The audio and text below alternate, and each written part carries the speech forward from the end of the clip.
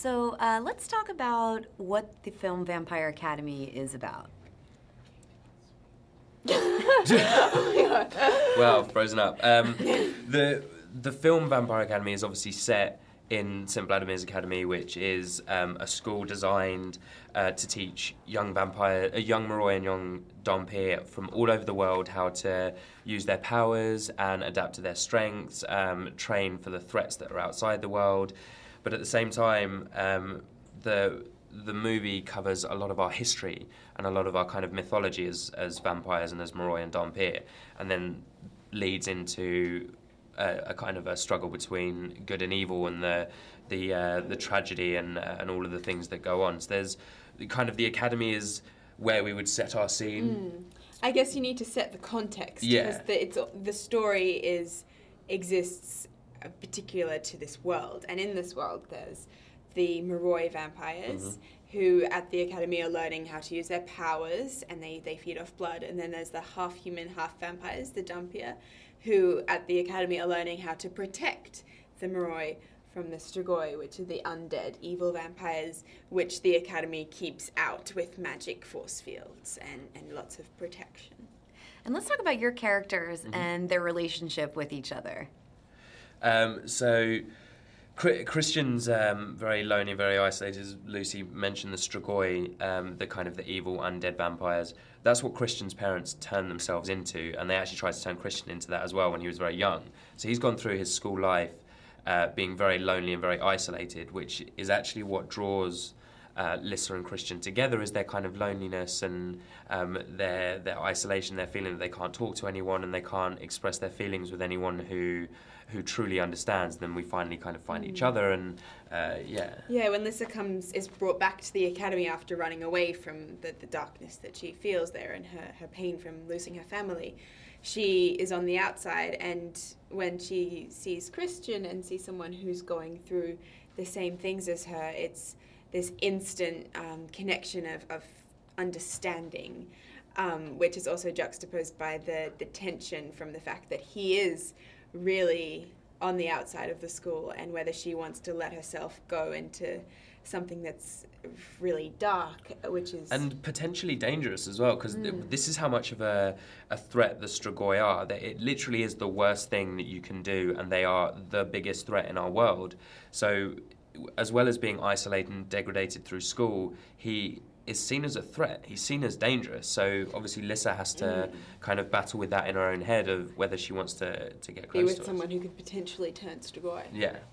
So you touched on something else that's interesting about the movie is while this academy is very unique in what they're learning, there's also a lot of elements that regular teenagers go through in high school, such as gossip and cliques. So tell me about that aspect as well. I guess for our characters, the feeling of being on the outside is something that teenagers always go through, and that's something that they deal with by being together. They can kind of learn how to be comfortable in themselves so that they're okay being on the outside.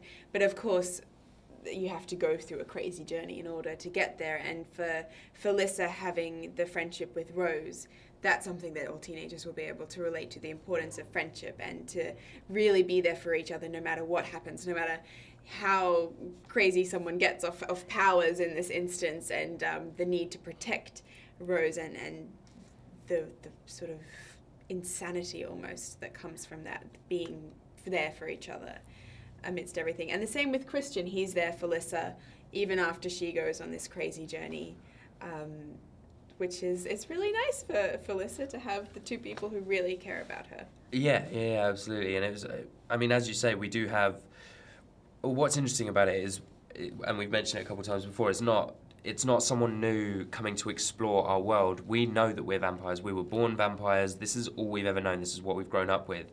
So the school to us is the same as any other school that you or I would go to. It's exactly the same. So obviously, naturally, we develop kind of the bully, and then the outcast, and the princess, and like we've got a mean headmistress, and like the teacher that everyone has a crush on. Like we have all of that sort of stuff because we are in a weird way, we're normal teenagers because we're so used to the surreal life that we lead. And you touched on your character a little bit, but tell me about his special powers and what makes him a unique and special character. Okay, so all of the Moroi are supposed to specialize in an elemental magic, so either fire, wind, earth, or water. Did I say water? Yeah, fire. Yeah. So Christian specializes in fire. He's a fire magic user, which is so cool.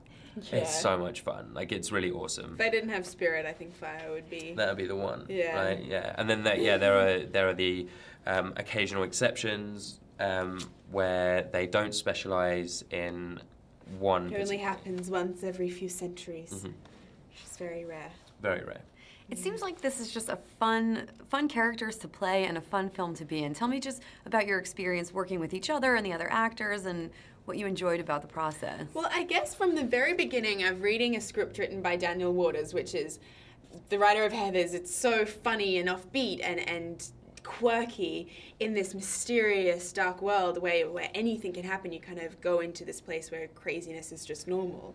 And then to have the director, Mark Waters of Mean Girls, to bring out all this humor, instantly you're in an environment where it's just going to be playful. And then add on top of that a cast who are amazing people, really fun. We just genuinely connected straight away and had this really playful energy amongst everyone. You couldn't really go wrong. No, I think it's important to note as well that the crew were because I don't know how, like, no one really seemed to kind of put this in their head properly when we first started working, but obviously halfway through we switched to night shoots. We would get there at kind of 5 and wouldn't leave till 2, 3, 4 in the morning, but no one had really realised until someone said, right, next week we're going to night shoots, and everyone went, oh yeah, that's right, yeah, we're going to have to do night shoots. But everyone was totally cool with it. Like, there was no like darkness or animosity. It was really great, and that obviously no darkness. Yeah, because it was at night.